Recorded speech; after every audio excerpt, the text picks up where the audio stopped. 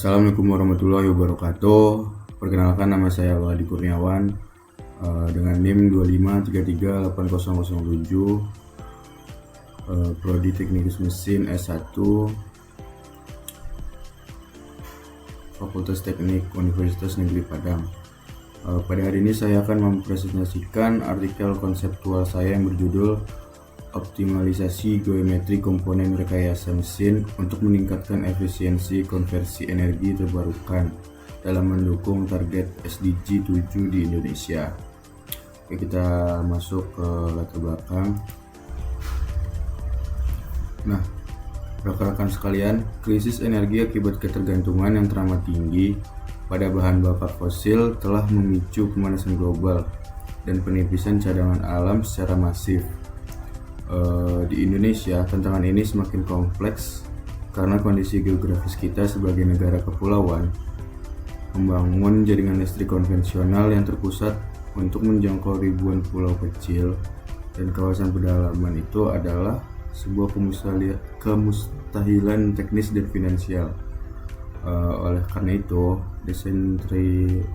desentralisasi energi melalui pemanfaatan energi terbarukan lokal seperti angin dan surya merupakan opsi terbaik yang tidak dapat ditawar lagi. Lanjut.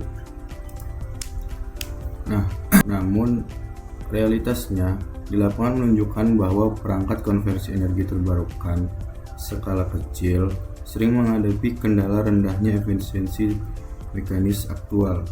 Dari sinilah muncul dua pertanyaan dasar dalam artikel ini. Pertama, secara teknis, mengapa perangkat konversi energi terbarukan domestik atau lokal memiliki efisiensi mekanis nyata yang rendah? Dan kedua, masalah ekonomi. Bagaimana cara memotong biaya material hulu, manufaktur, harga jual perangkat konversi energi bersih dapat terjangkau oleh masyarakat di kawasan terpencil.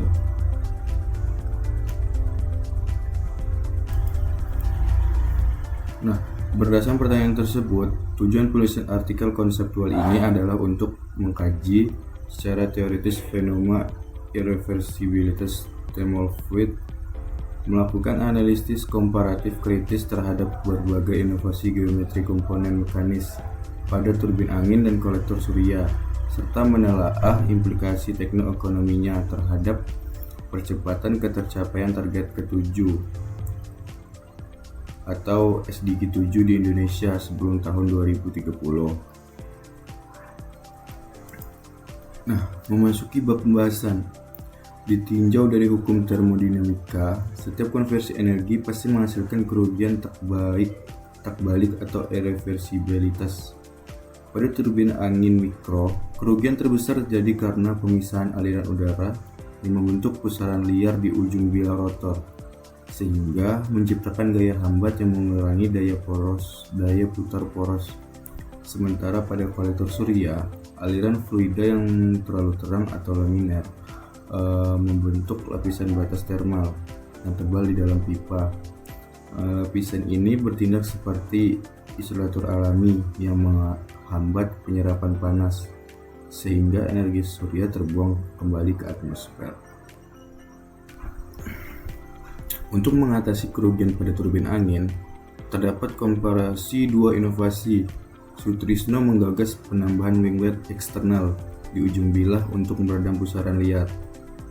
Namun, Al-Ansori mengkritik bahwa penambahan massa di ujung rotor yang berputar cepat rawan memicu patah lelah akibat akumulasi gaya sentrifugal. Sebagai gantinya, Al-Ansori menaruhkan optimasi geometri internal berupa variasi sudut serang di sepanjang bentang bilah secara digital.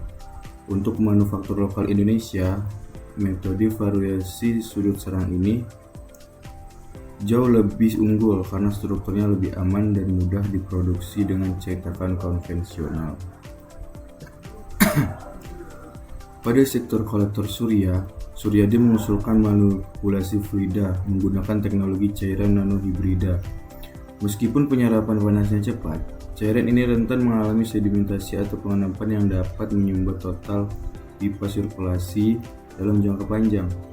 Di samping harganya yang mahal, sebaliknya, Budiman menawarkan modifikasi fisik menjadi pelat penyerap bergelombang.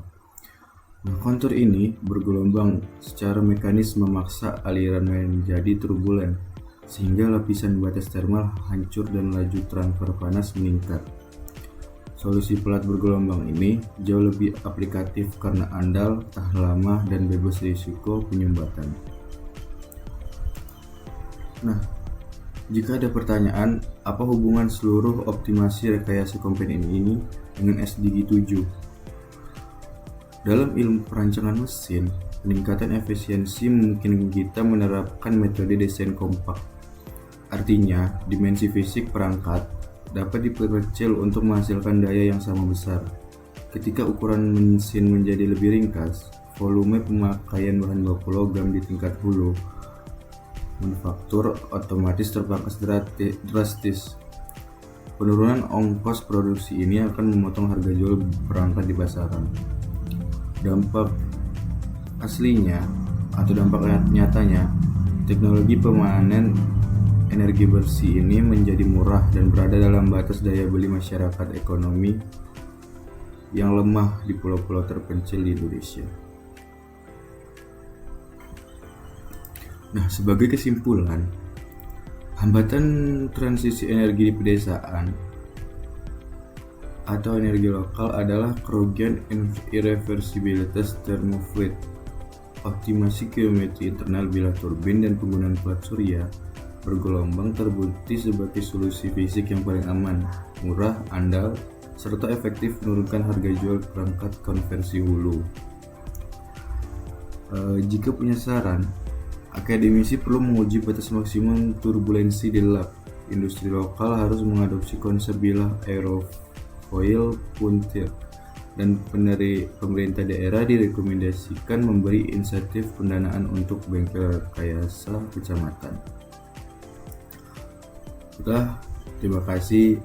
Sekiranya cukup untuk presentasi saya hari ini. Kurang dan lebihnya saya mohon maaf. Assalamualaikum warahmatullahi wabarakatuh.